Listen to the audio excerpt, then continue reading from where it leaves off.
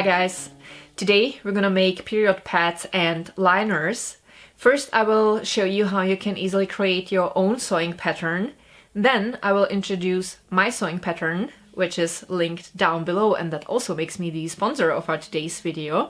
Then we'll talk materials and I will show you how I made a few different variations. So let's jump right into this.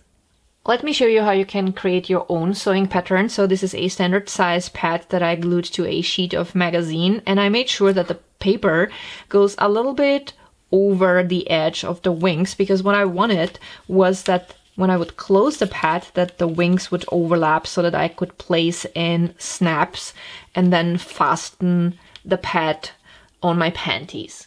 And here's what the finished pad then looks like. So here we have the snaps and it's edged with rolled seam. However, I found that this is a little bit too angled, which is why I created a sewing pattern that's a little bit flattened, and it's just so much easier to sew, especially if you're making the version with rolled seam, because it's just a little bit straighter and it goes smoother inside of the serger.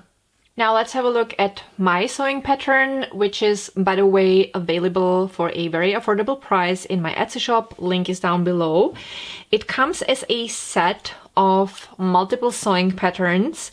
So there is 3 different sizes of period pads. So here I have the standard size, and the large and extra large are a bit longer. And they always also come as a tanga version for each size.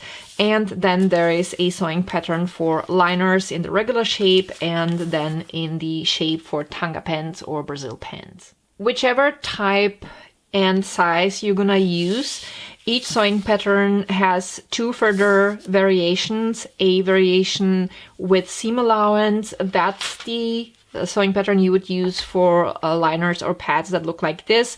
I have sewn the pieces together on the wrong side, and then I turned them to the right side, and they have this nice clean edge. And then there is a sewing pattern without seam allowance, and that will be for any liner or pad where you would simply edge them with rolled seam, which is going to save you some time because you won't have to turn anything. You can just start sewing on the right side, and that's gonna make things much faster. Regardless of whether you're using this version or the rolled seam version, you will also need this sewing pattern piece, which is for the absorbent core. So every single sewing pattern in this set has the corresponding core depending on the shape, whether it's tanga or the regular shape. And these marks will help you to align the sewing pattern piece ideally. And you can always choose to make multiple layers for these absorbing core, depending on for what situations the pads are meant. So for people with heavy flow, I would recommend making more layers, or let's say for someone who is incontinent or for people who just gave birth, it's always better to have a little bit thicker core because it's gonna end up being more absorbent and safer. Now let's talk materials. So for the top layer, I always use cotton fabric. It's natural, it's breathable. Important thing is to pre-wash the fabric because of the shrinkage. You can use unicolor or any design you like. I think it's great to use a certain design for a certain thickness of the pads because it's gonna be easier to distinguish between the pads than in future. Then we have here regular jersey that can be used for the absorbent core for the lighter days or for the liners. My personal favorite for period pads is simply terry cloth. It's breathable, it's very comfortable and soft, and if you add multiple layers, it's gonna be safe even for the days when you need extra protection. And this fabric is the functional fabric. That's the secret of the period pads that makes them waterproof. It's waterproof soft shell. So it has this side with the waterproof layer, and then it has this fluffy side. That's the side that needs to be on the outside, because that way it's not gonna slide up and down in the pants because it's gonna stay in place since it's fluffy. It has a little grip. And here is how absorbent the waterproof soft shell is. You can see this is a huge water drop and it just doesn't go anywhere. It's gonna stay on the top. And now watch this. I'm gonna take the terry cloth and place it next to it, and you'll see how the terry cloth absorbs the moisture, and I'll end up with dry fabric. First, we will make a few pads and liners with seam allowance. I marked on the cotton layer the placement of the absorbent core so I could align it into its final position. Then I placed the absorbent core in and I pinned it in place. I put in 2 to 3 layers for more protection for days with heavy flow, and usually just 1 layer for lighter days. Next, I have sewn the core to the cotton layer with straight stitch.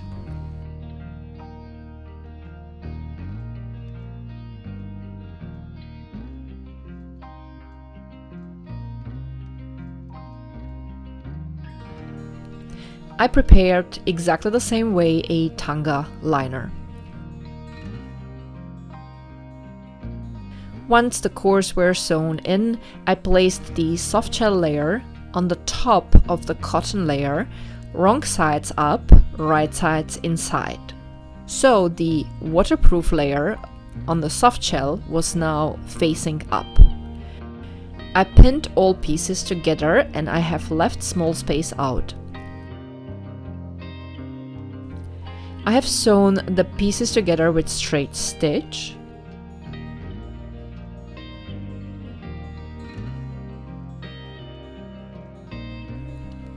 And then I cut the seam allowance back with zigzag scissors to avoid bulky edges. I left the original amount of seam allowance around the opening. I turned all pieces to the right side. I folded in the seam allowance of the opening and I shaped the edges nicely.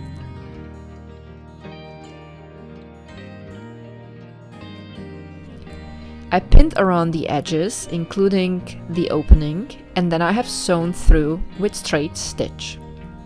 Next, I overlapped the wings over the absorbent core and marked where I wanted to have the snaps. I aligned then both wings and punched in small holes to have a perfect mirror image. Then I put in the snaps.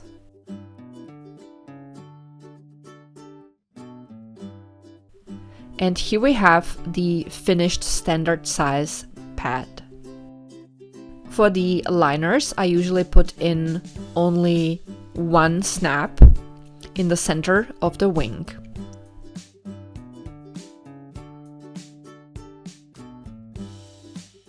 Here is how I place the pad inside of my panties. I simply close the wings over the gusset. The fluffy side of the soft shell goes on the bottom, on the panties, and the cotton side goes towards my body. And here is the liner, just to give you an idea of the size. Here you can see a liner, a tanga liner, and a standard size pad.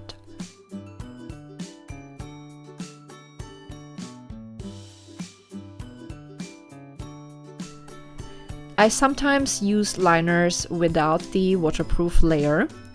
I make them of the cotton fabric only, and then I use only 1 to 2 layers of jersey for the core. These liners give me just a little bit of protection for days with maybe light discharge, or when I sneeze, they still can catch any little unwelcomed drop, if you know what I mean. They are super breathable and comfortable and a little bit thinner than when I make them with the soft shell. Now let's make a few versions with rolled seam edge. For these, I always take the pattern pieces without seam allowance. First, I sew in the core with the help of the marks on the sewing pattern the same way I do on the pieces with seam allowance. Then I always align the waterproof layers with the cotton layer right sides up. So the waterproof side of the soft shell fabric is now on the inside. This method saves time since it reduces a few steps. I personally like pinning the edges and sewing through with straight stitch first before I go to my serger, but that is of course optional. Clips or pins only will absolutely do, whatever works for you the best.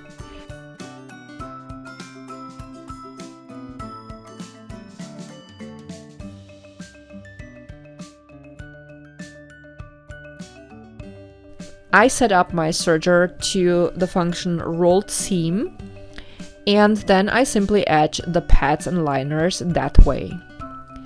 On the tanga versions, I always start sewing from the pointy end.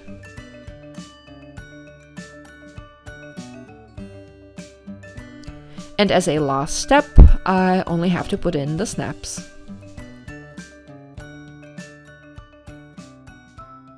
And just to give you an idea what you can make, I have here the standard size period pads. This is the version where I had to turn the piece to the right side, and these have rolled seam. Then I have here a tanga standard sized period pad with rolled seam. I have here a regular liner, again the version where I had to turn the piece to the right side after I've been done sewing, and these are the tanga versions with rolled seam, and they all have the soft shell fabric. While I have here two tanga liners that are made both of a layer of cotton. These are just to give me a little protection on my panties where I don't care for the waterproof function. And these are again regular liners, but in the regular shape with soft shell. So there's a lot you can do with these sewing patterns. It always depends on the situation and on the functionality that you're looking for. Alright guys, so that's gonna be it for today. As I mentioned, my sewing pattern is available in my Etsy shop. If you're interested, link is down below. It supports my channel, but you have seen how you can create your own sewing pattern. And if you have any questions, write them down below in the comments. And as always, I'll get back to you as soon as I can. Thank you all so much for watching. I wish you a wonderful day. I appreciate you guys a lot. And I'm looking forward to seeing you soon with my next sewing project. Bye.